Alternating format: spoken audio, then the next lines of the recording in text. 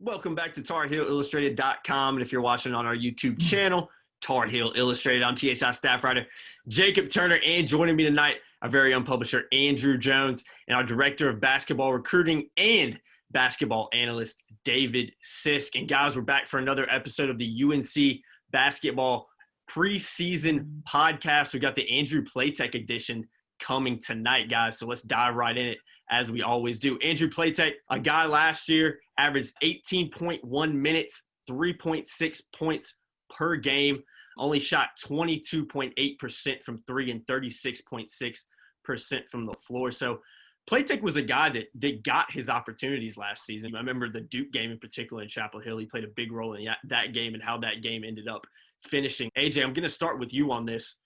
What do you see Andrew Platek's role being for this team this season? Well, by the time people watch or hear this podcast, they will have already seen my Andrew Platek piece that you've already had a sneak preview of, Jacob. Mm-hmm. And I think when you talk about Platek, it begins with him being just kind of a stabilizer in the locker room, a stabilizer on the road, a stabilizer just with how he comports himself, a stabilizer with here's how you do layup lines, a stabilizer with the way he is on the bench, and other guys will sort of lead because maybe he doesn't play 18.1 minutes a game this year like he did a year ago because the talent level is greater this year. There may not be as many opportunities for him to get on the floor, but how he handles these different things is going to be really important because he has young guys looking up to him.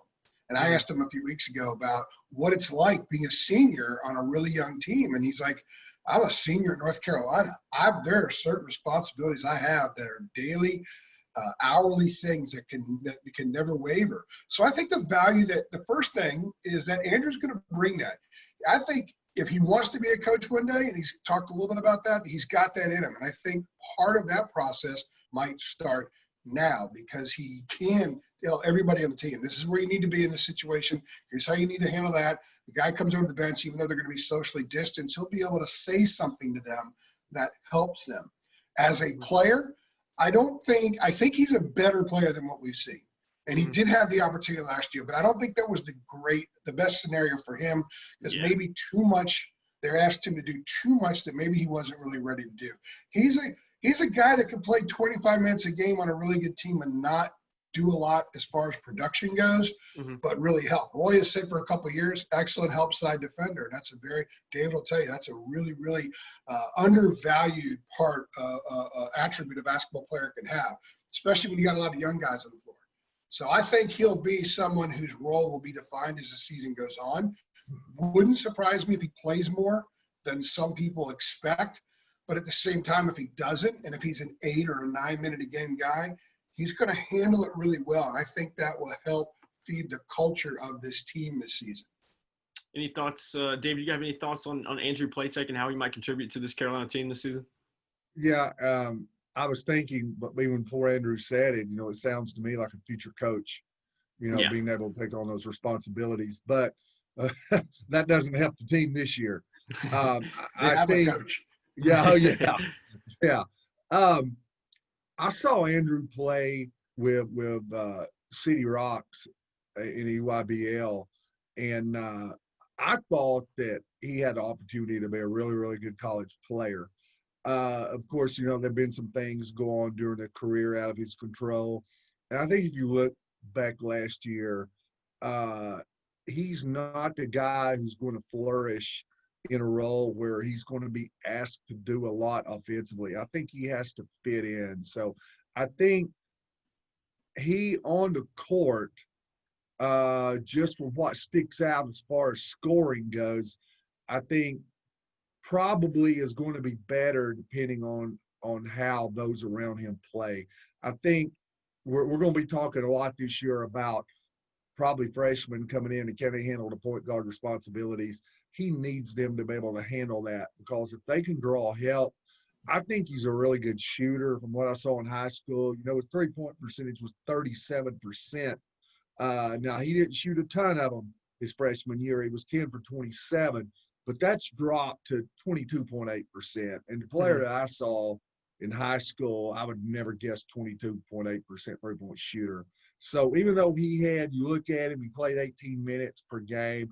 I don't really think he was in a situation where he could play his game. I think he was forced to do something else out of necessity because of all the injuries. So I think the best thing that could happen to him is for a lot of these young players to really fit in and do what they can do, what Carolina needs them to do. That he has a certain role that he's going to have to play on this team on the court. Off the court, it's invaluable, what he can provide. We talked about Garrison Brooks last night on what he can provide to the team just from senior leadership and having been there.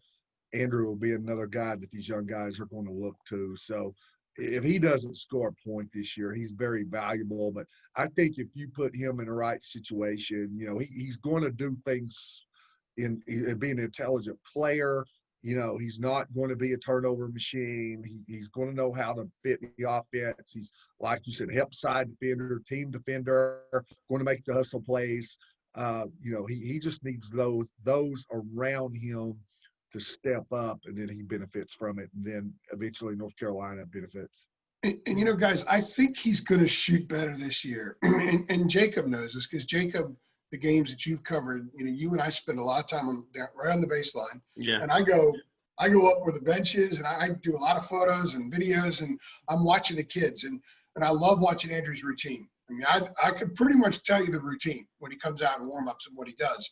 Mm-hmm. And it's a guy who's getting his feel.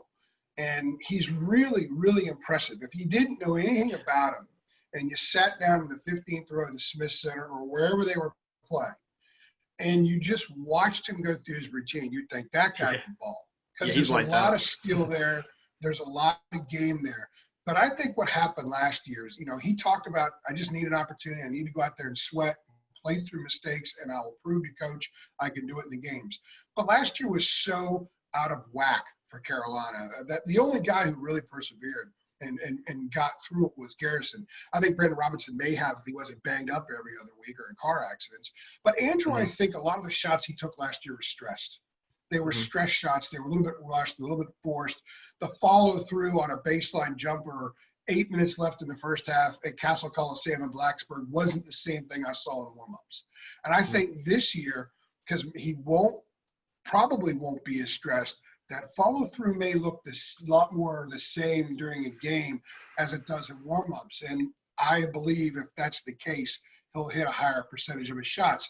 And if he hits a few shots, the confidence will go up. He talks a good game, and he says, I can do this, and I know I can play at this level. He says it a lot, but he played at times like the confidence was an issue last year. If you eliminate that, and he's a freer, looser player, whatever snippets he gets, whatever stints he gets, I think his production per minute will go up, even on a team that has greater production than it did a year ago. David, how important do you think it is for a guy like Andrew Platek when you look at this team? Obviously, he's a senior. He's a veteran leader on this team. So that in itself has a lot of value. I think the biggest criticism, because Andrew Platek is unfortunately a guy that's received a lot of criticism from Carolina fans over his career at Carolina. A lot of it's unjustified. A lot of it's been unfair. But I think the biggest criticism that he's gotten is he's a guy that kind of came in, like you mentioned, who was supposed to kind of shoot at a high clip from three. Hasn't really been a scorer since he got into Carolina. He's really struggled to shoot the ball, and I think we saw that a lot last year. I mean, 22.8% from three-point land is just not good enough for a guy like Andrew Platek, because if he's not hitting shots from outside, then, what is he really bringing to the team besides a little bit of leadership and a little bit of, of that veteran to it? So how important do you think it is, David, for him to develop some kind of consistent shot this year if he wants to see significant minutes on this team? It's going to be big, but I think there's other things that he can contribute to this team, just making winning plays. But I think that's what the fans look at more than anything. And obviously, if he can make shots, he's going to help himself.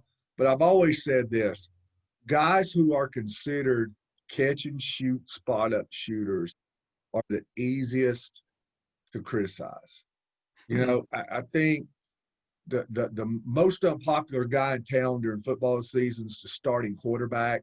the most popular guys to go over there with a pencil in his ear and a clipboard, the second string quarterback.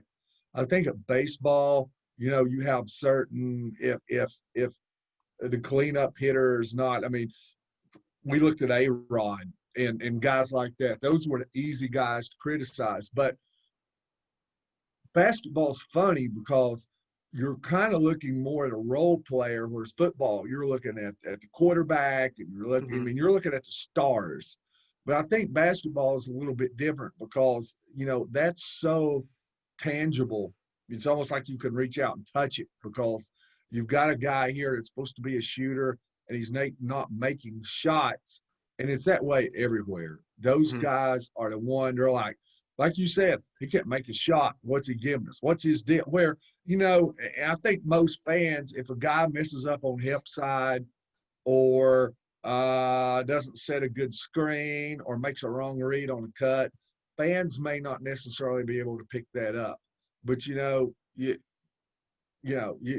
any housewife can tell if a guy, misses a shot when he's wide open. So I think it's more obvious, and unfortunately, I think that criticism's unfair sometimes on guys like that. Yeah, for sure. I agree with what he's saying, and I think to continue on your question, Jacob, you got to hit some to be a leader. You just can't be a really respected guy in the locker room, a loved guy in the locker room, and a guy who dies for loose balls. You got to be able to hit a shot every once in a while. So in order for Andrew to maintain the status he has right now, without them having yet played a game, a guy who's in his fourth year wearing that fabled uniform, and there's something to that. You're a senior in this program. They don't wear crowns, but you can sort of imagine it because the way that they're treated, because there's a hierarchy in North Carolina's program. And Andrew has that right now.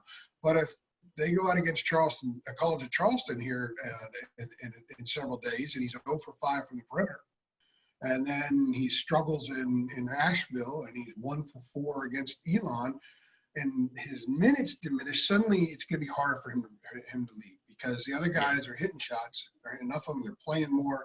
So Andrew does need to score. He does need to produce a little bit, but he doesn't need to produce a lot because he is respected in so many ways. And I think it helps that Garrison respects him a great deal because Garrison's the guy. And if Garrison keeps him propped up, it'll help the other guys keep him propped up. But I actually think Andrew's going to play well. He's going to find his role. It's going to be 7 minutes. It could be 15 minutes. I don't know what it's going to be. The season will dictate what it is.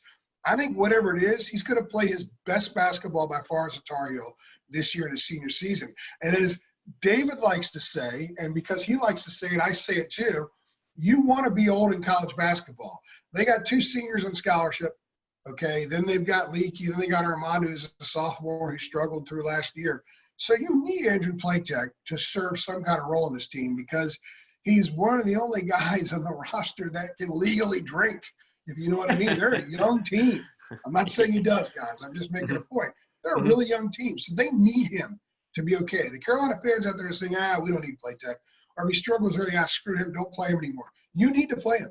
You want him to be helping in a positive way for whatever snippets they are when they get into February and March. That will make this a better team. Absolutely. And I completely agree. I think he's a guy, if he can just find his shot a little bit more than he did last year, especially from the perimeter, behind the three-point arc. I think he's a guy that could play a huge role for Carolina this year just because he's been there, he's done it, he's played with some, on some really good Carolina basketball teams. So, yeah, I'm really interested to see what kind of impact Andrew Platek can have on this year's team, guys. But that's going to do it for this episode of the UNC Basketball Season Preview Podcast. As always, guys, if you've enjoyed it, be sure to like it, be sure to share it, and be sure to subscribe to our channel, and we'll see you guys in the next one. Thanks. Thanks.